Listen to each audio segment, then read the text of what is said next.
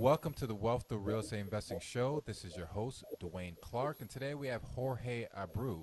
Jorge is a multifamily real estate investor and CEO of Elevate Commercial Investment Group. Jorge, thank you so much for joining us on the show, and how you doing, my friend? I'm doing good, and thank you for having me. Yeah, really appreciate it. I understand just kind of reading a little bit about your background that you have a construction business. You kind of started out doing wholesaling, fixing, flipping, so you have a very diverse background. For the people who are not familiar with you, would you mind kind of talk about how you got started in real estate and what your current focus is?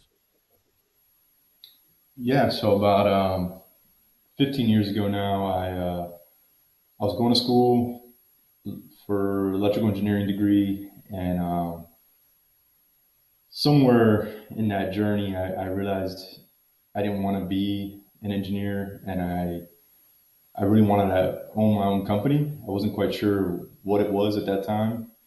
Um, I started doing a lot of research and just looking at different successful individuals, and it kept leading back to real estate investing. Um, so that's when I started diving into that world and getting myself educated. At the same time, I ended up graduating with my electrical engineering degree. Started working at UPS in the engineering department, but at the same time, I started doing some single family real estate investing. Finally, started getting a good consistent amount of deal flow, and decided to quit my W-2. So that was about 15 years ago.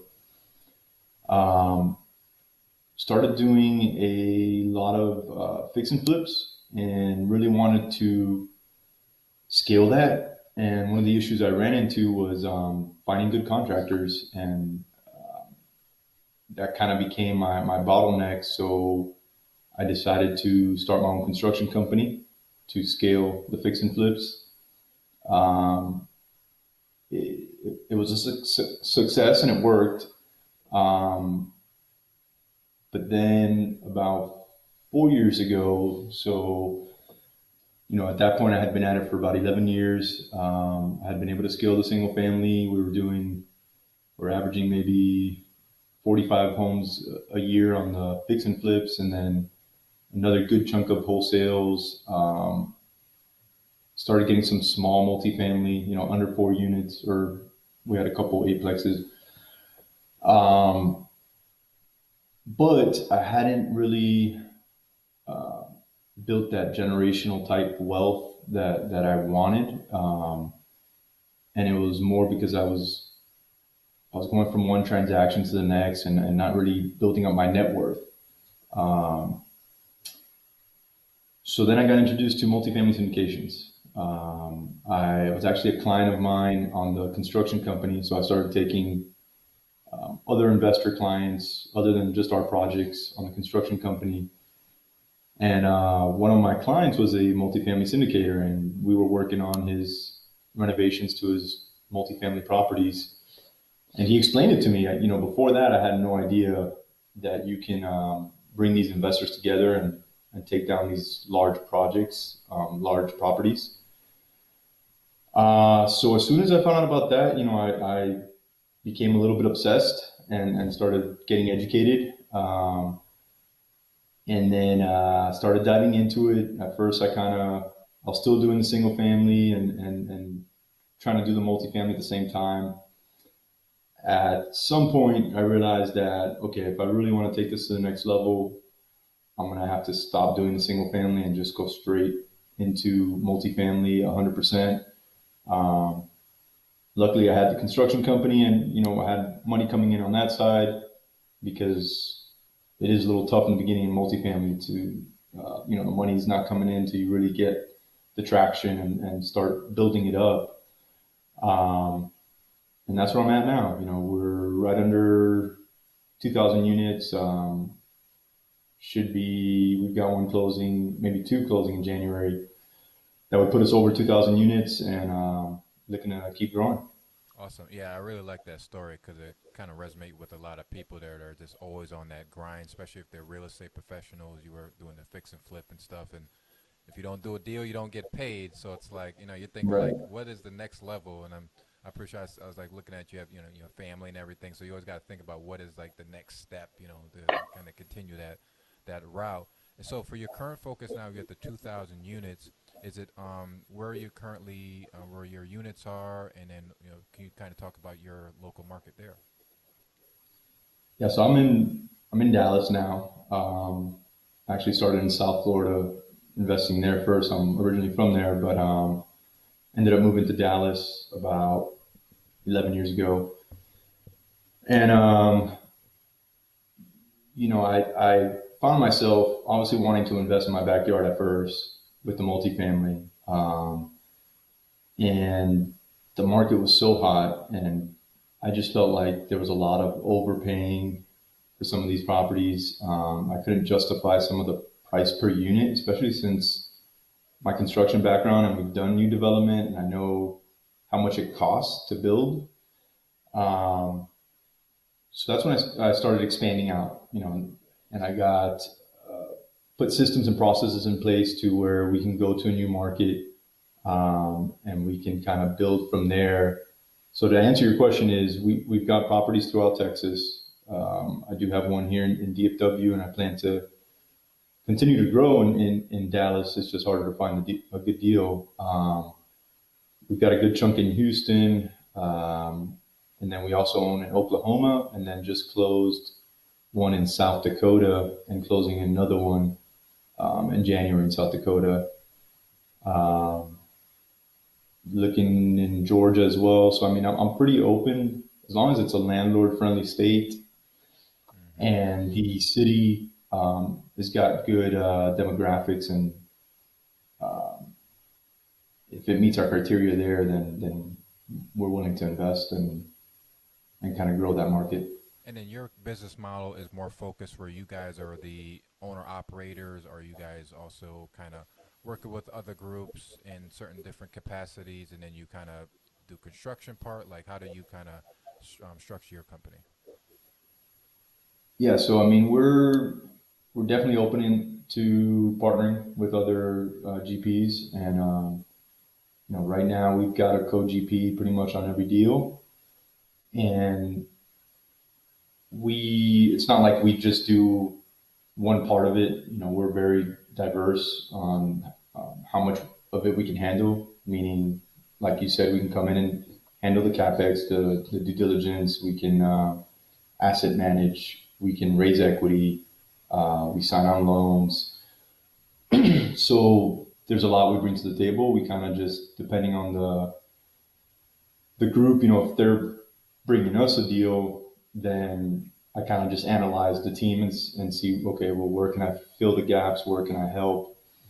Hmm. And then if we find a deal, then we're definitely doing much of everything and maybe just filling a couple gaps here and there. Hmm.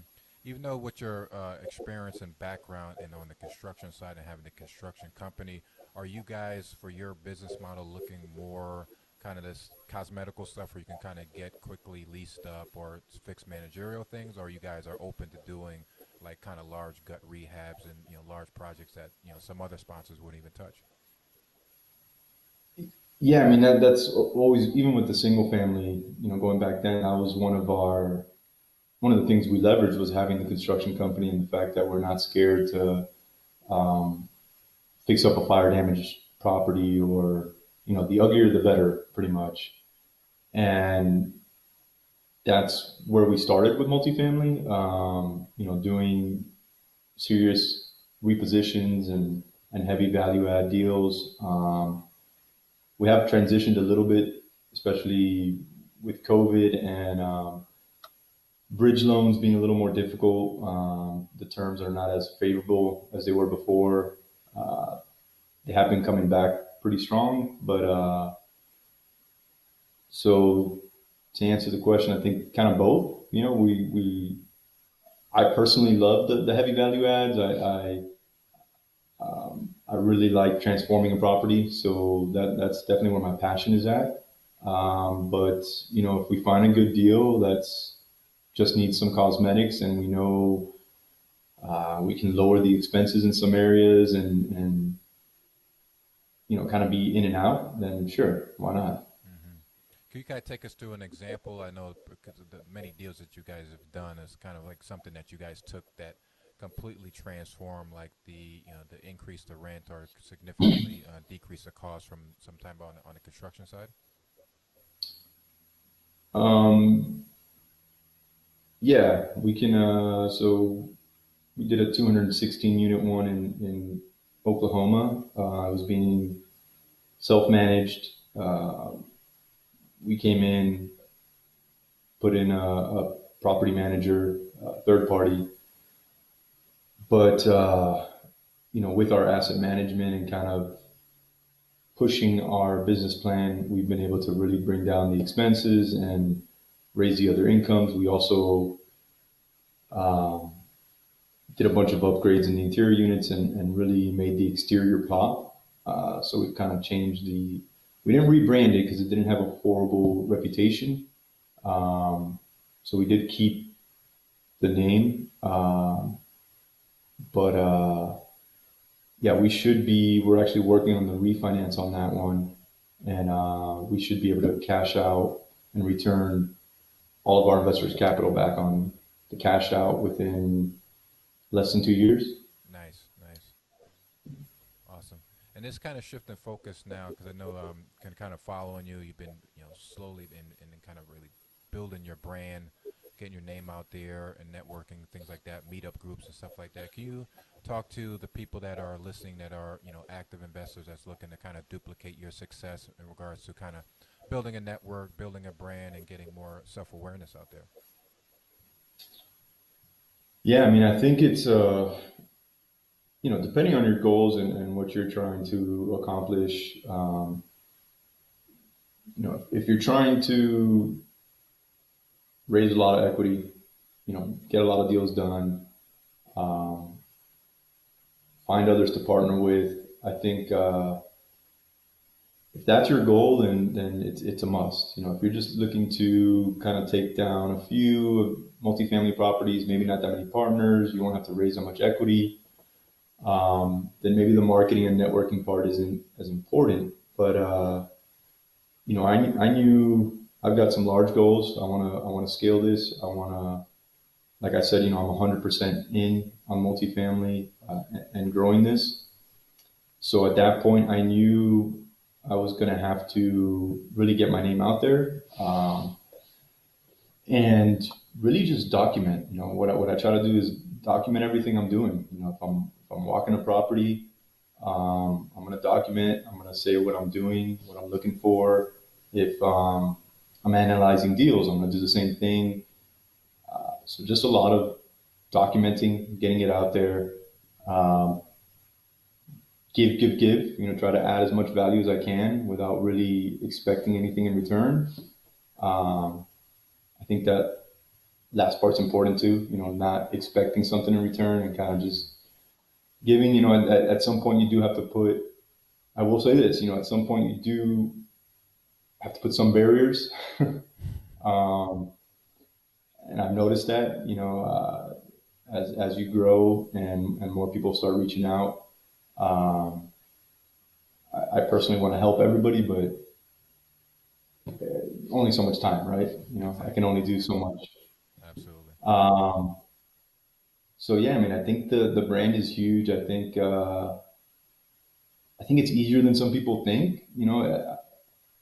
I'm a believer that it's better to just don't overthink it, get it out there. If you do a video of you analyzing a deal or whatever, walking a property, like I said, it doesn't have to be all pretty. It doesn't have to have video doesn't have to be edited. I mean, just get it out there. Hmm. Absolutely. Can you kind of take us through your day? I know you looking at new deals, got the construction company, got a whole bunch of stuff going on. Can you kind of walk us through what's a typical work day for you, and do you have any special morning routines? Yeah, so special morning routines for sure. I work out almost every single morning. I think the last 30 days I've missed maybe 2 days. Um, that's pretty crucial for me, at least to get me started on the right foot. Then I'm very strategic about how I plan my days out. I live and die by my calendar, my Google Calendar. Um, I use a lot of different softwares to be as efficient as I can. Um, we use. I've got a Asana for tasks between our team. We use Slack for messaging between our team. Um, I use the Google Drive suite to pretty much work our emails and everything else. Our cloud storage and collaboration. CRM is crucial, so we use Active Campaign, and then making sure all of those kind of speak to each other too, which was a little difficult at first, but I think we've got that down. Yeah. So there's a lot that I didn't mention. Goals. I've got team meetings that are set every week at the same time, same day. It's really the only way. Like you said, I've got the construction company, the investment company, a couple other ventures. So without those meetings and everybody kind of reporting on their KPIs and just making sure everybody's aligned and kind of rowing in the same direction is very important. Um, and then I'm starting to kind of plug in journaling and kind of documenting my success and what I've done. That's one thing I've pinpointed that I've never been good at. I kind of complete a goal and I don't even blink. I just on to the next I need to get better at that. Yeah, same here. And the reason why I ask these questions because it's like I kind of see what other successful people are doing, and I can see a lot of similarities as far as kind of structuring your day, setting up stuff for KPIs with the team, and journaling and working out, and just having like a nice morning routine. So it's really cool to hear you say that. So with all the success that you have done, all like the goals and everything, aspirations, what can you say that you're most grateful for? Man, a beautiful and healthy family. I mean, um, that's my why. That's why I do what I do. It's yeah, that's definitely the most grateful thing that I Awesome. have. And then we'll make sure to have your information in the show notes and blast out for all of our social feeds and our newsletter. But is there any contact information you can share with us? Yeah, I mean, we're constantly updating our website, which is elevatecig.com, stands for Commercial Investment Group, so elevatecig.com. And then if your listeners want to go ahead and shoot me an email, so Jorge, Jorge, at elevatecig.com. I've got a bunch of free content I can send them, due diligence checklist. I've got questions to ask deal sponsors before investing, a couple other things I can send their way. Awesome. Yeah, we'll make sure to include all of that. I'll encourage everyone to reach out, ask any questions, and just get some information so you'll be more well informed, as a passive investor or work with a group like yours. Jorge, it was a pleasure having you on. I really appreciate it. All best to you and your company and your family, and look forward to connecting with again soon. Same to you, man. Thank you. All right, take care, my friend.